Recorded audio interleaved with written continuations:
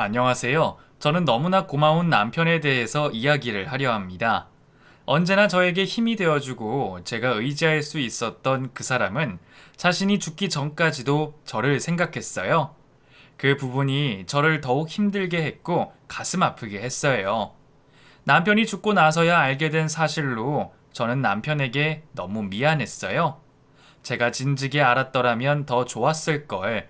남편에게 직접 고맙다고 미안하다고 전해주면 더 좋았을 텐데, 그럴 수 없기에 평생 죽을 때까지 저는 남편에 대한 고마움을 가슴에 간직하고 살아가려 합니다. 저는 첫 결혼에 실패를 하고 홀로 3살 된 아이를 키우고 있었어요. 아이는 엄마가 키우는 것이 맞다고 생각을 했었고, 또 아이가 너무 어렸기에 아빠보다는 엄마가 더 낫다고 생각했어요. 그래서 저는 딸을 데리고 살면서 열심히 살았어요. 다행히 딸이 어린이집에 가 있는 동안에 일을 할 수 있는 곳을 찾았고, 거기에서 일을 하게 되었어요. 제가 하고 있는 일은 자동차 기어에 있는 노브를 검사하는 일이었어요. 스크래치가 있는지, 찍힌 것은 없는지 한 번 더 걸러주는 작업을 했었어요. 거기서 일하는 사람들은 정직원을 빼고는 거의 다 저처럼 아이 엄마들이라 아이들이 아프거나 방학 때에는 시간을 조율하며 알바를 했어요. 그곳에서 저는 남편을 만났어요. 남편도 저처럼 결혼을 한 번 했던 사람인데 이혼을 한 것이 아니라 아내를 사고로 먼저 보낸 사람이었어요. 아내를 먼저 보내고 몇 달은 정신이 나간 사람처럼 지냈다고 해요. 제가 이 회사에 들어왔을 때에는 많이 좋아진 상태라고 하더라고요. 그 이야기를 들었을 때 괜히 남편이 짠해 보였어요. 그리고 남편도 저에 대한 이야기를 들은 것인지 저를 더 챙겨주려고 하는 것이 눈에 보였어요. 저는 늘 정시에 퇴근을 하는데 그날따라 퇴근 시간이 다가오는데 검사해야 하는 물건들이 자꾸 들어왔어요. 검사를 하고 있는 제 옆으로 노브가 담긴 박스가 쌓일 때마다 제 마음이 너무 급해졌어요. 오늘 당장 나가야 하는 물건들이라 멈출 수가 없었어요. 저는 어린이집에 맡겨놓은 딸을 데려가야 했기에 계속 시간을 보면서 일을 하느라 정신이 없었어요. 겨우 일을 마친 저는 헐레벌떡 버스 정류장으로 뛰어가는데 뒤에서 빵빵거리는 소리가 들렸어요. 강미 씨, 어서 타요. 네? 어린이집에 가려면 어서 서둘러요. 아, 네. 고마워요. 차에 타고 있던 사람은 바로 남편이었어요. 제게 어린이집에 데려다 주겠다며 어서 타라고 말을 했고, 저는 급한 마음에 차에 얼른 탔어요. 그리고 제 시간에 어린이집에 도착할 수 있었어요. 그리고 남편은 저희 집까지 데려다 주었어요. 차를 타고 가는 중에도 저는 몇 번이나 고맙다는 인사를 했어요. 그 일이 있고 난 후 저희는 조금 더 친해졌고 집이 서로 같은 방향이라는 걸 알게 되어 출퇴근을 같이 할 수 있었어요. 그런 남편에게 너무 고마웠던 저는 출근하면서 간단하게 먹을 수 있는 간식거리를 챙기기 시작했어요. 그렇게 몇 달이 흐르고 퇴근하는 저에게 남편은 같이 저녁을 먹자고 제안을 했어요. 저는 아이가 아직 어려서 식당보다는 집이 더 편하다며 저희 집으로 남편을 데리고 갔어요. 남자를 집에 초대한 적이 없었던 저는 조금 어색하기는 했지만 그동안 남편에게 도움을 받은 것을 보답한다는 생각만 하기로 했어요. 제가 저녁을 준비하는 동안 남편은 딸과 놀아주고 있었어요. 저는 생각지도 못한 저녁을 먹어야 했기에 냉장고에 뭐가 들어있나 찾아봤어요. 다행히 불고기거리가 있었고 저는 된장찌개에 불고기를 만들었어요. 셋이서 식탁에 둘러앉아 저녁을 먹고 딸아이는 잠이 들었어요. 그리고 남편은 저와 커피를 한 잔 마시면서 이야기를 꺼냈어요. 혼자서 애 키우면서 살기 힘들지 않아요? 처음엔 힘들었는데 지금은 조금 적응이 돼서 그런지 괜찮아요. 저 때문에 어린이집에 일찍 가서 늦게까지 있어야 하는 아이한테는 미안하지만요. 강미 씨를 보면 참 대단한 것 같아요. 제가요? 네. 그 가냘픈 몸으로 동분서주 열심히 일하는 모습 보고 있으면 참 대단한 것 같아요. 아이를 책임져야 하니 아마 그렇게 보일 거예요. 엄마의 힘은 강하잖아요. 저 강미 씨, 제가 지선이 아빠가 되어주면 어떨까요? 네? 저 강미 씨 좋아해요. 계속 강미 씨가 생각나고 지선이가 생각나고 두 사람을 제가 지켜주고 싶다는 마음이 점점 커졌어요. 그건 아마 제가 아무래도 혼자서 애를 키우다 보니 그런 마음이 생긴 걸 거예요. 저도 처음에는 그랬어요. 하지만 지금은 그게 아니라는 걸 알았어요. 제 머릿속과 마음속에 온통 강미 씨로 가득 차 있다는 걸 깨달았어요. 마음은 알겠는데 모르겠어요. 강미 씨는 제가 싫으세요? 아니요, 싫진 않아요. 제게 너무나 고마운 사람이에요. 그럼 뭐가 문제예요? 셋이서 행복하게 살아요, 우리. 남의 애를 키운다는 게 쉬운 일이 아니에요. 어머니는 허락하실까요?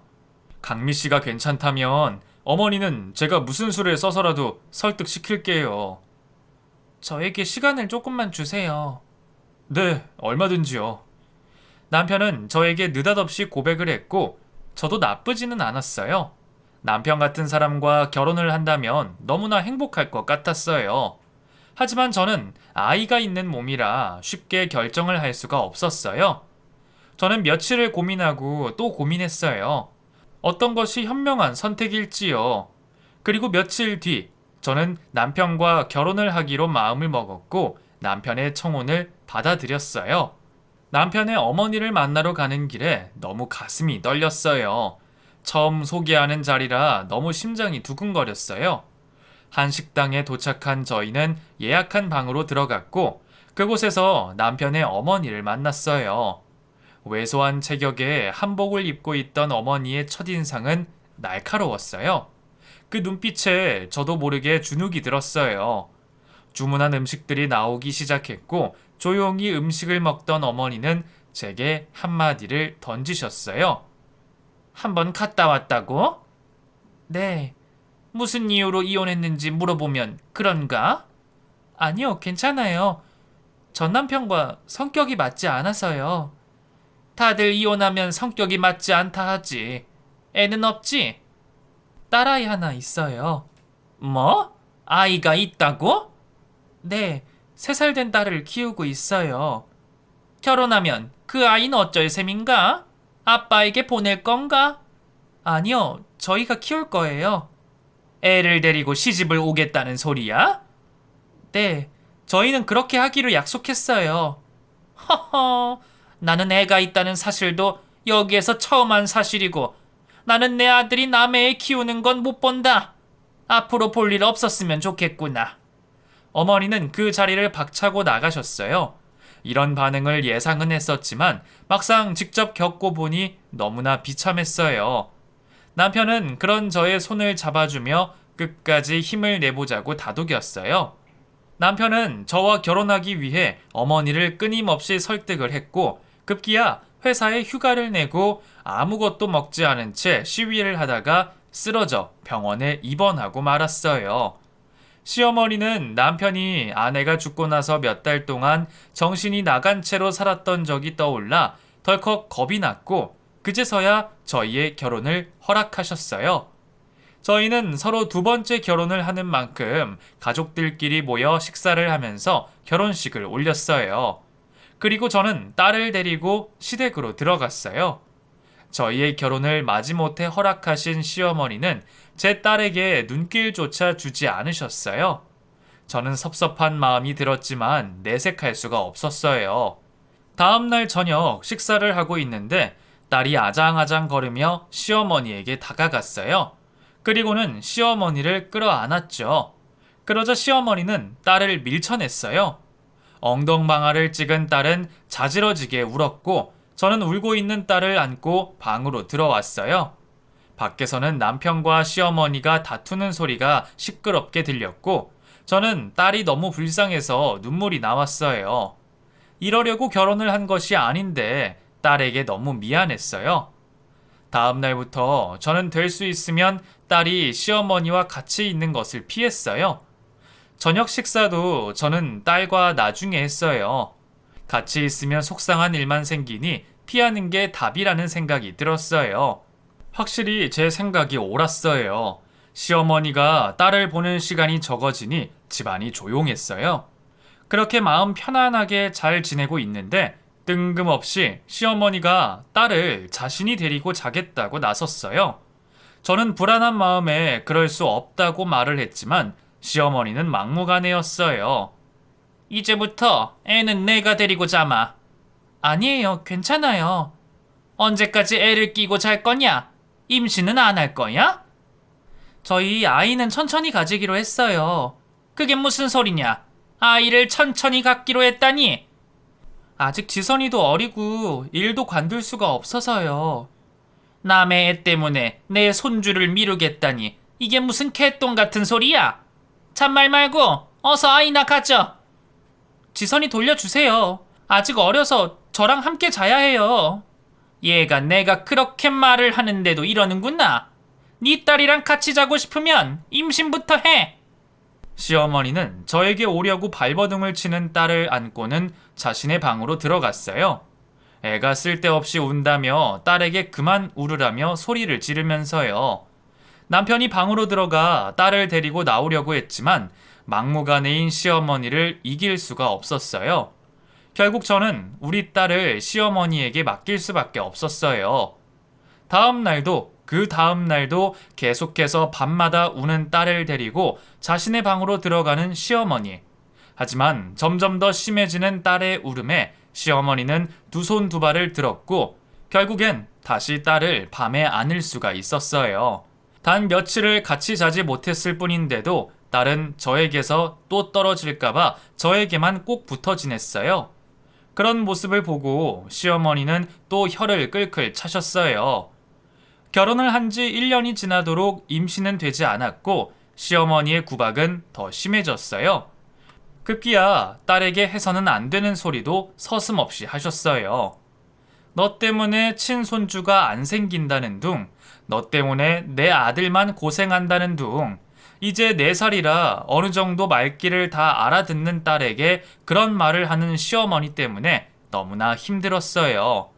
그런 상황이 계속 반복되자 남편은 시어머니에게 분가를 하겠다고 말을 했어요. 그랬더니 또 시어머니는 난리가 났어요. 제 아들을 꿰어내어 자기를 버리게 했다면서 세상에 있는 온갖 욕이란 욕은 다 하며 저를 못 잡아먹어 안달이었어요. 눈을 뜨면 눈을 감을 때까지 하루하루가 지옥 같았어요. 시어머니는 딸의 머리를 콩콩 쥐어박으며 잔소리를 하시고 딸은 할머니가 자신을 미워한다며 우는 날이 많아졌어요. 남편은 남편대로 시어머니와 매일같이 언성 높여 싸우고 저는 사는 게 사는 것 같지 않았어요. 제가 받은 상처는 견딜 수 있었지만 딸이 받은 상처를 생각하니 가슴이 미어질 듯 아팠어요. 앞으로 계속 이렇게 살다가는 딸에게 큰 상처만 남겨줄 것 같아 저는 결국 딸을 전 남편에게 보낼 수밖에 없었어요. 딸을 보내고 난 그날 저는 얼마나 울었는지 몰라요. 그때는 남편의 어떠한 위로도 아무 도움이 되지 못했어요. 저는 딸을 보내면서 매달 마지막 주 주말에 딸을 만나기로 약속했기에 그날만 기다리며 악착같이 일에만 매달렸어요. 회사에서 야근을 하게 되면 무조건 제가 했어요. 그만큼 집에는 일찍 들어가고 싶지 않았어요. 한 달, 2달 딸과의 만나는 날만 손꼽아 기다리던 저에게 청천벽력 같은 소식이 전해졌어요. 전 남편이 더 이상 딸을 데리고 나올 수가 없다는 소리를 했어요. 그게 무슨 말이야? 더 이상 지선이를 만날 수가 없다니! 나 곧 있으면 재혼하는 거 알지? 그게 왜? 나랑 재혼할 여자가 너랑 지선이가 만나는 걸 반대해. 왜? 뭐 때문에? 애를 핑계로 전처 만나는 게 자기는 싫대. 그렇다고 한 달에 한 번 보는 것도 못하게 해? 애가 친모를 계속 만나면 자기한테 정을 내겠냐고.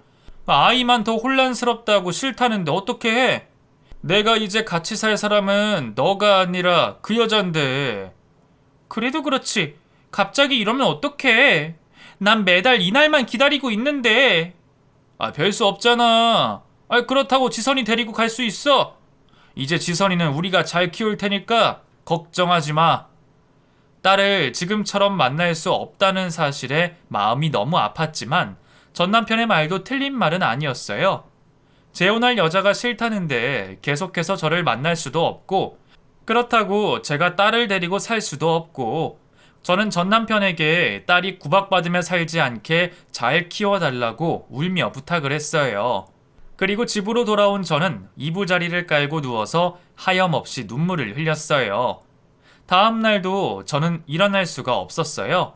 남편은 그런 저에게 그냥 누워 있으라며 출근 준비를 하고 출근을 했고, 시어머니는 남편이 가자마자 방문을 열었어요. 남편이 출근하는데 아침밥도 먹이지 않고 누워있기만 한다고 잔소리를 퍼부었어요.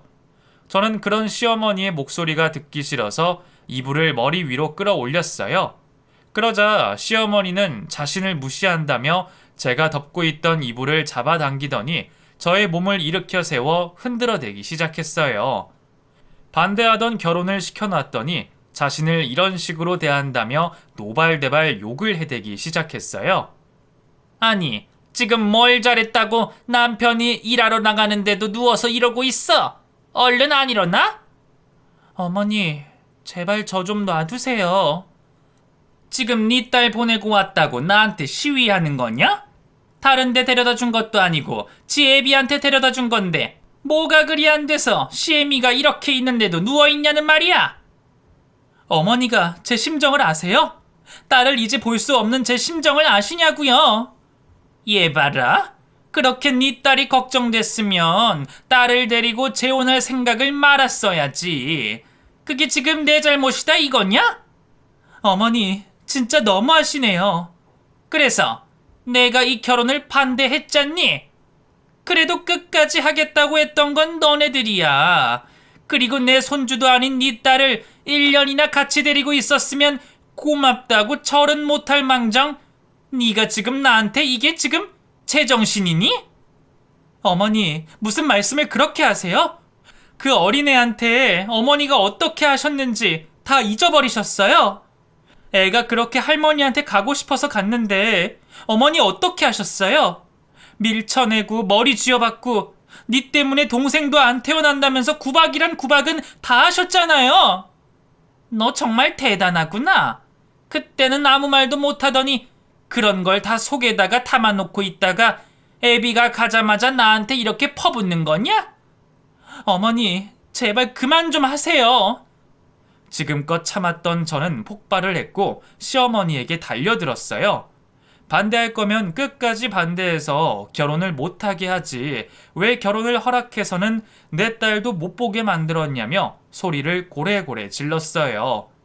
처음 보는 저의 모습에 시어머니의 얼굴은 빨갛게 달아올랐고 들고 있던 이불을 저에게 던지시고는 혼잣말을 하시며 방에서 나갔어요. 저는 이불을 붙잡고 있는 힘껏 악을 지르며 소리내어 울었어요. 그렇게 며칠을 보내고 남편은 아무것도 먹지 않으면 죽는다며 죽을 끓였어요. 겨우 식탁에 앉아 죽을 한술 뜨렸는데 주방으로 들어오시던 시어머니가 며느리를 드린 게 아니라 상전을 드렸다며 또 입을 대셨어요. 남편은 그런 시어머니를 밖으로 모시려 했고 시어머니는 자신도 출출해서 뭐라도 먹으려고 나왔으니 놓으라고 말했어요. 그리고는 밥솥에 있는 밥을 양푼위에다가 덜더니 고추장 참기름을 꺼내고 냉장고에 있는 반찬들을 이것저것 꺼내셨어요. 밥을 비벼 먹기 위해 시어머니가 반찬통 뚜껑을 여는 순간 그 냄새가 너무 역해서 헛구역질이 나왔어요. 계속해서 나는 그 냄새에 저는 화장실로 달려갔어요. 속이 니글니글거리고 참을 수가 없었어요. 저를 뒤따라온 남편이 저의 등을 두들겨 주었어요. 한참을 헛구역질하던 제가 입을 씻고 나오니 시어머니가 임신한 것이 아니냐고 호들갑을 떨었어요. 그 말을 들으니 매달 하던 생리를 건너뛴 것도 모르고 있었어요. 저와 남편은 바로 산부인과로 갔고 임신했다는 소리를 들었어요. 남편은 뛸 듯이 기뻐했어요. 그렇게 좋아? 그럼 당연히 좋지. 우리 아인데 당신은 안 좋아? 당신 아이 바라고 있었구나. 당신이 지선이 때문에 너무 힘들어해서 내색을 못했을 뿐이지. 솔직히 기다리고 있었던 건 사실이야. 그래, 그렇겠지. 지선이는 남의 애니까. 무슨 말을 그렇게 해? 지선이가 남의 애니까 자기 애를 바라고 있었던 거 아니야? 그렇게 말하면 너무 섭섭해. 나는 지선이가 내 애가 아니라고 생각한 적 단 한 번도 없었어. 그래? 그럼 지선이를 어떻게 해서든 우리가 키웠어야지. 당신 지금 지선이를 애아빠한테 보낸 게 다 내 잘못이라는 소리야? 당신이 결혼할 때 어머니 설득한다고 나에게 말했잖아. 그 말만 믿고 당신이랑 결혼한 건데 이게 뭐야? 우리 지선이는 어머니한테 눈치만 받고 살다가 쫓겨났잖아. 무슨 말을 그렇게 해? 못 견디고 그렇게 하자고 말한 건 당신이잖아. 당신 애라면 그렇게 안 했을 거야. 자꾸 그런 식으로 말할 거야? 그러는 당신은 지선이만 당신 애고 지금 뱃속에 있는 애는 당신 애가 아니야? 당신은 기쁘지 않아? 이제 지선이 걱정은 그만하고 제발 우리도 좀 사람같이 살아보자. 언제까지 이렇게 살 건데? 나도 점점 지쳐간다고. 언제나 저에게 힘이 되어주고 위로해주던 남편이 처음으로 저에게 화를 내는 순간 정신이 번쩍 들었어요. 제 아픔만 생각하느라 제 옆에 있던 남편은 보질 못했던 거죠. 저는 남편을 위해서라도 뱃속에 있는 아이를 위해서라도 기혼을 내야겠다고 생각했어요.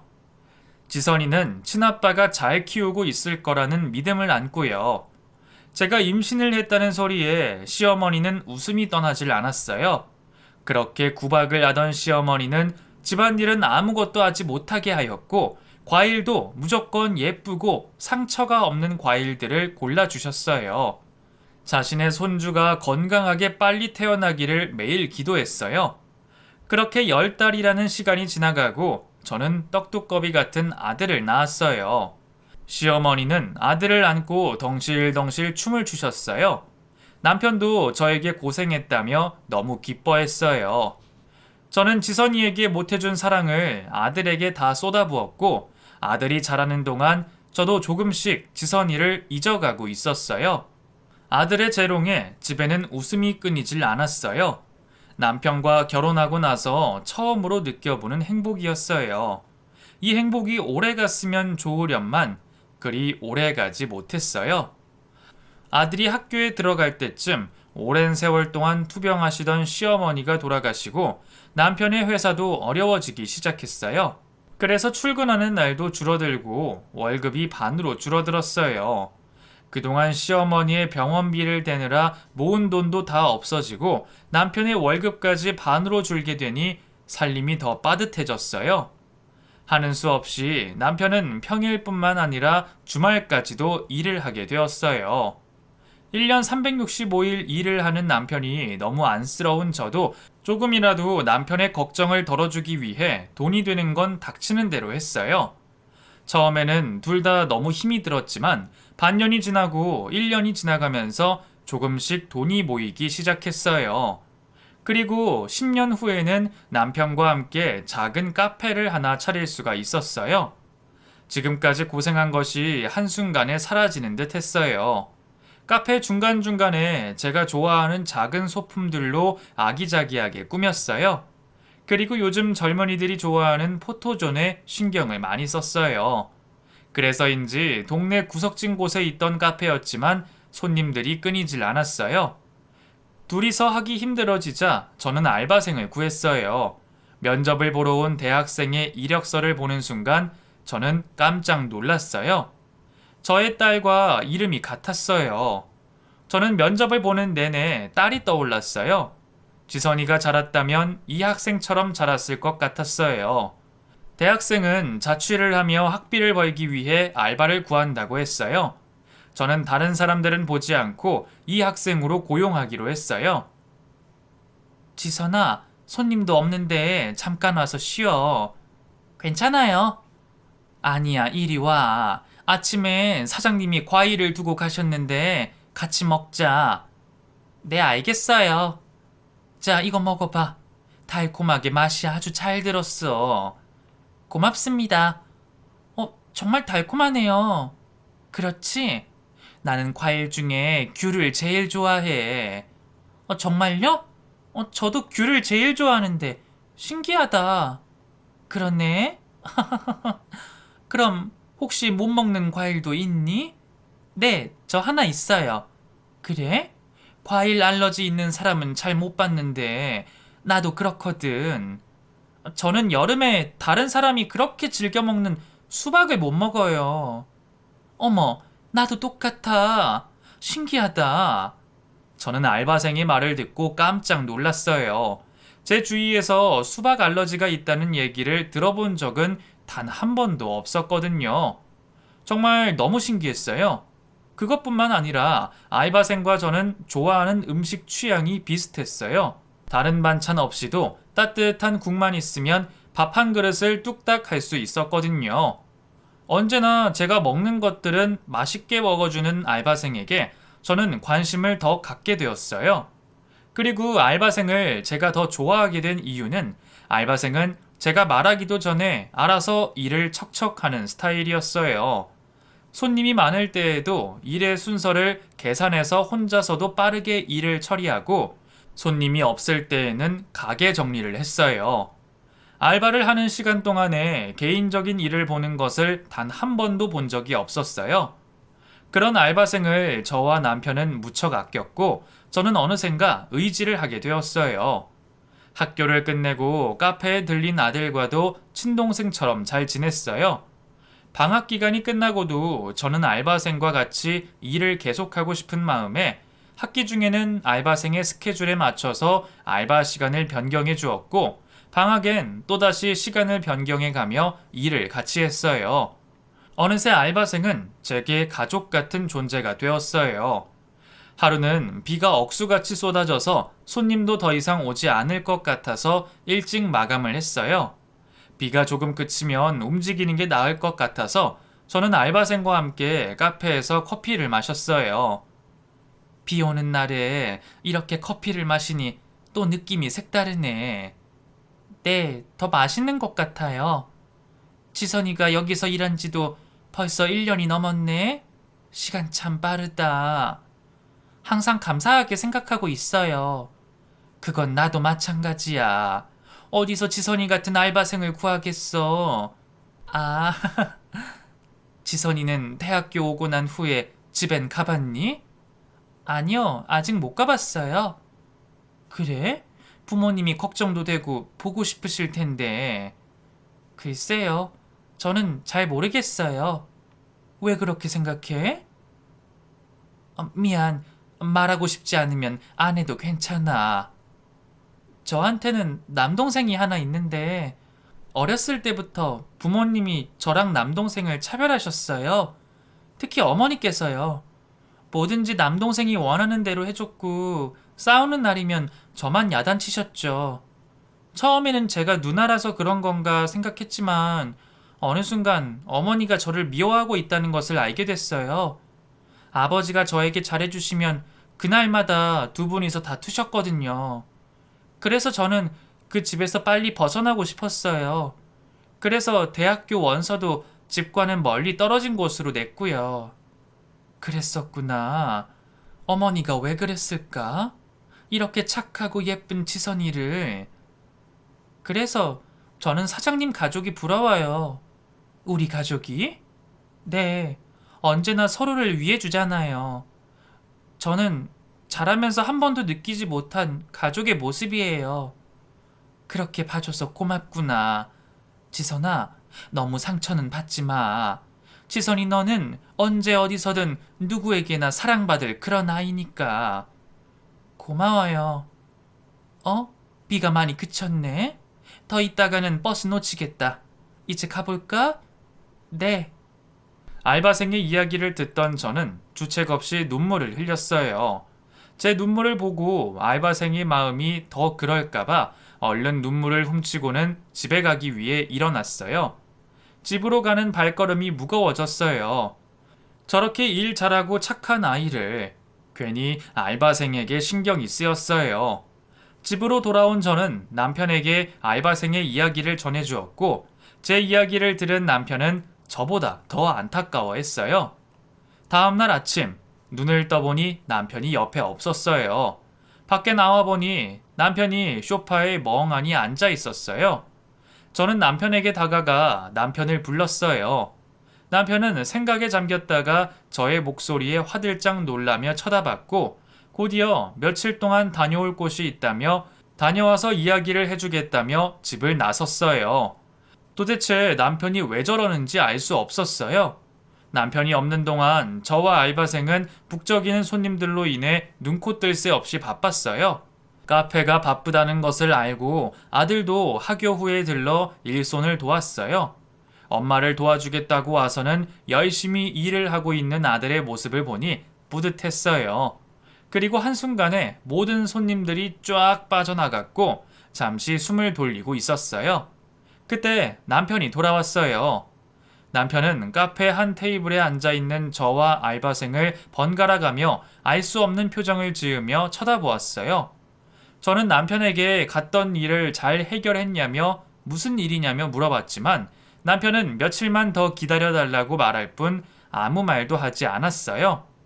저는 괜히 남편에게 안 좋은 일이 생긴 건지 걱정이 되기 시작했어요. 며칠 뒤 남편이 카페로 먼저 출근을 하고 저는 밀린 집안일을 하고 은행에 갔다가 카페 마감 시간에 맞춰서 카페로 가기로 했어요. 식사를 하고 난 그릇을 설거지하고 빨래를 건조대에 널어놓고 집을 나왔어요. 오늘따라 햇살이 너무 좋았어요. 이런 날 빨래를 잘하고 나왔다는 생각이 들었어요. 은행에 들러 볼일을 보고 막 카페로 출발하려고 하는데 남편에게서 전화가 왔어요. 남편은 저에게 할 이야기가 있다며 집 근처에 있는 카페에서 만나자고 말했어요.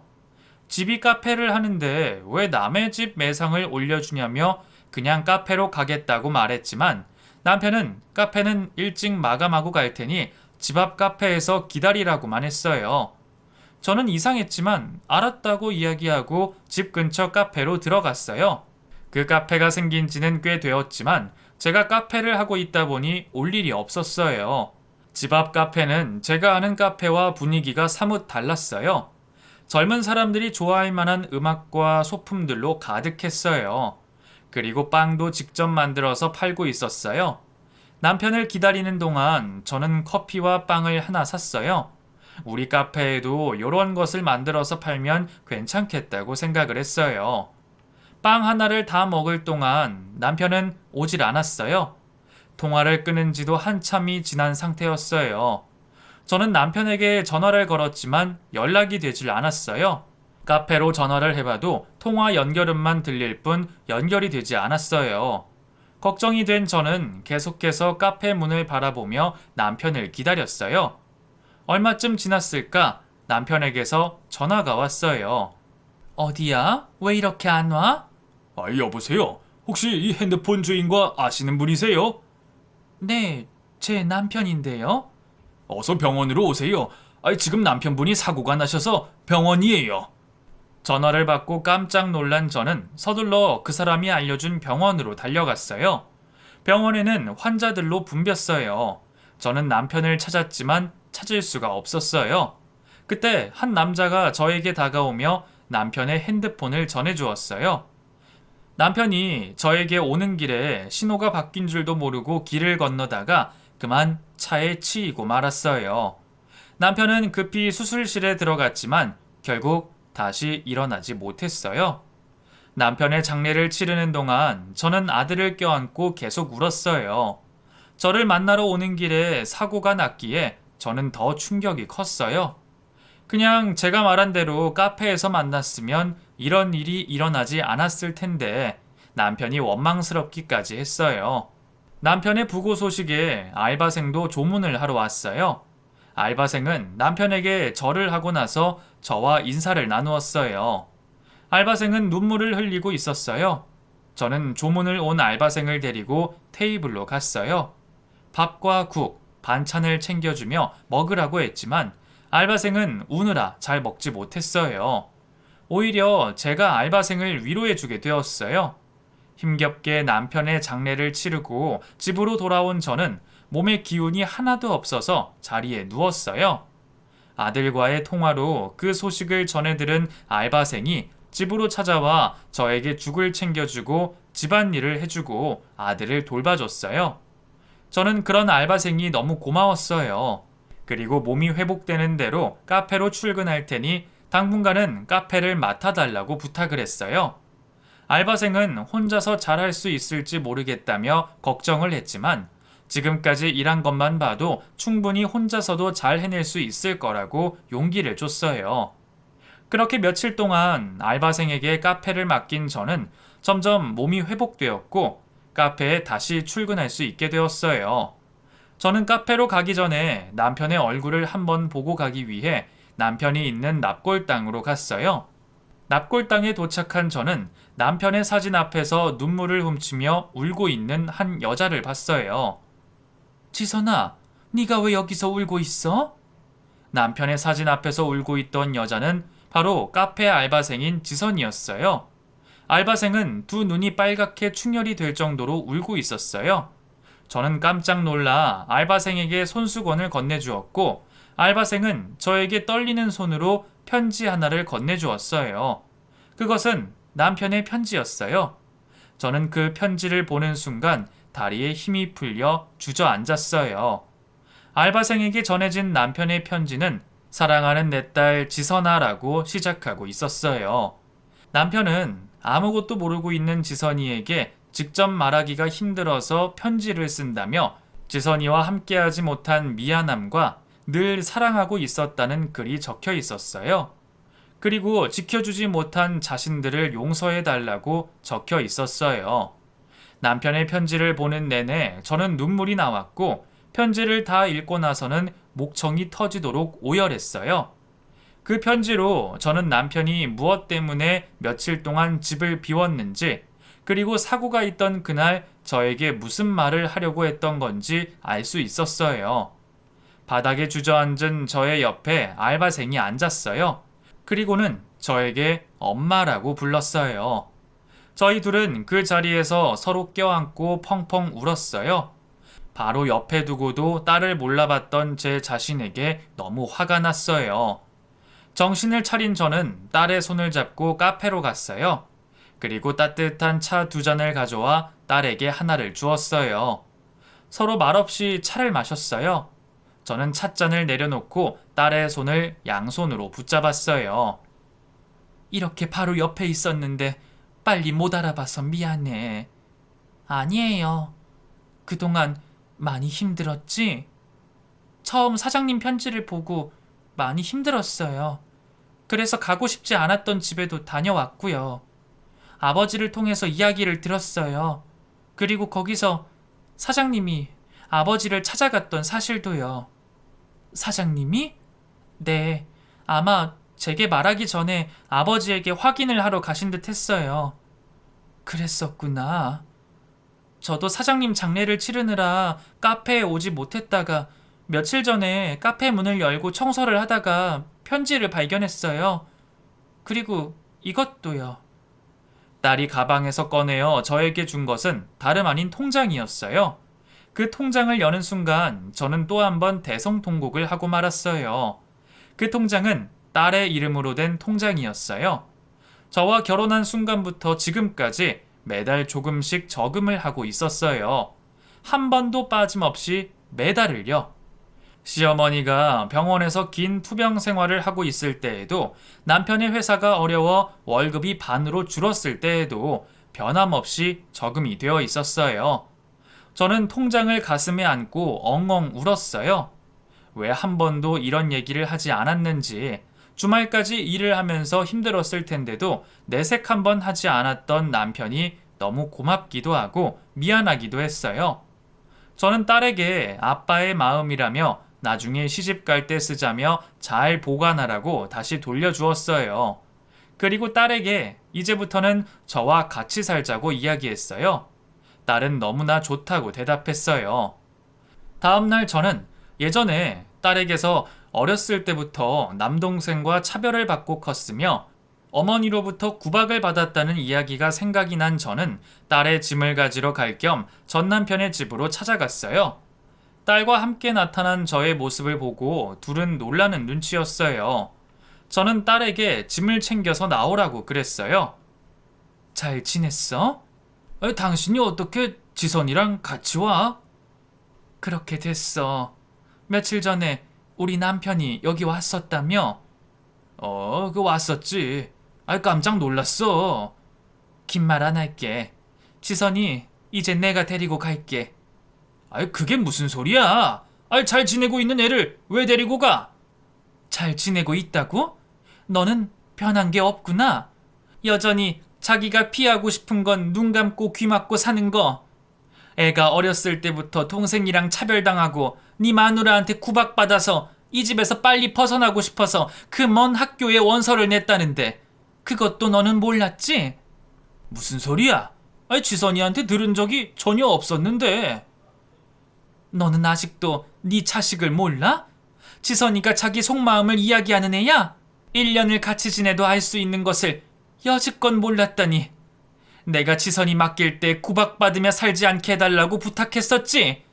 근데 애한테 무슨 짓을 한 거야? 이제 내 자식 내가 데려다가 잘 살 테니까 너는 네 마누라 끼고 네 새끼랑 천년만년 살아. 저는 짐을 챙겨 나온 지선이를 데리고 집으로 돌아왔어요. 그날 저녁 저는 한쪽 손에는 아들의 손을, 다른 한쪽 손에는 딸의 손을 잡으며 앞으로 행복하게 잘 살자고 이야기했어요. 원래부터 친하게 지내던 두 녀석도 어색함 없이 잘 지내줬어요. 그런 아이들에게 저는 너무 고마웠어요. 지금 저는 사랑하는 아들과 남편이 다시 이뤄준 사랑하는 딸과 행복하게 잘 살고 있어요. 딸은 곧 결혼을 앞두고 있어요.